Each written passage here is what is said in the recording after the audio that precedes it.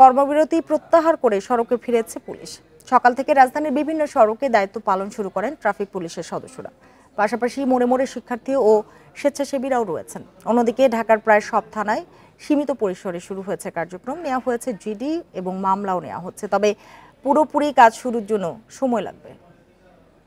প্রিয় number set করে বিকাশে সেন্ড মানি করুন ফ্রি।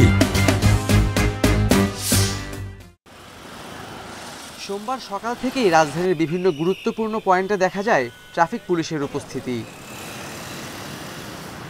রোববার স্বরাষ্ট্র উপদেষ্টার সঙ্গে বৈঠকের পর কর্মবিরতি প্রত্যাহার করে কাজে যোগ দেওয়ার ঘোষণা দেন আন্দোলনকারী পুলিশ সদস্যদের সমন্বয়ক পরিদর্শক জাহিদুল ইসলাম ও কনস্টেবল সোয়াইব হাসান। কিছুটা আতঙ্ক আর শঙ্কা থাকলেও জননিরাপত্তা নিশ্চিতে মাঠে নেমেছেন তারা।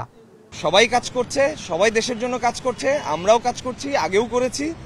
এখন আমার মনে হয় যে ওই এক পশলা বৃষ্টির মতো এটা ওয়াশ আউট হয়ে যাবে। গেল কয়েকদিনের মতো এদিনও ট্রাফিক পুলিশের পাশাপাশি বিভিন্ন সড়কে যানবাহন নিয়ন্ত্রণে কাজ করেন শিক্ষার্থী ও স্বেচ্ছাসেবকেরা। ট্রাফিক সদস্যরা পুরোপুরি কাজে যোগ না দেওয়া পর্যন্ত সড়কে থাকছেন তারা। আমরা অনেক গাড়ি তল্লাশি করছি, কিছু রামদাও, কিছু অবৈধ অস্ত্র, কিছু টাকা পয়সা আমরা কিন্তু উদ্ধার করতে পারছি। যে আগামী 2-3 দিনের ভিতরে সবকিছু ঠিক হয়ে যাবে এবং 2-3 দিনের ভিতরে আমরা যারা ছাত্ররা আছি তারা মাঠ থেকে উঠে যাব। যতটুকু পেরেছি আমরা সার্ভ দেওয়ার চেষ্টা করেছি। দায়িত্ববোধ থেকে মনে হয়েছে যে আমরা একটু মাঠে নামি। সংকটে শিক্ষার্থীদের ভূমিকাকে সাধুবাদ জানিয়ে ডিএমপি বলছে সদস্যদের মনোবল ফেরাতে কাজ চলছে।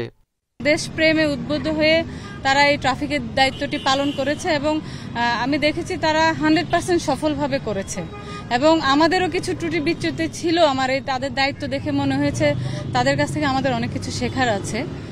এদিকে ঢাকা মহানগরের বেশ কয়েকটি থানার কাজেও গতি বেড়েছে। আপাতত জিডি ও মামলা নেওয়া হলেও শিগগিরই অন্যান্য কাজও শুরু হবে।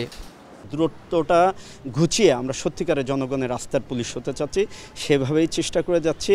আমরা থানার কার্যক্রম শুরু করেছি, বাইরের প্যাট্রোলিংয়ের জন্য মনমানসিকতা তৈরি করতেছি।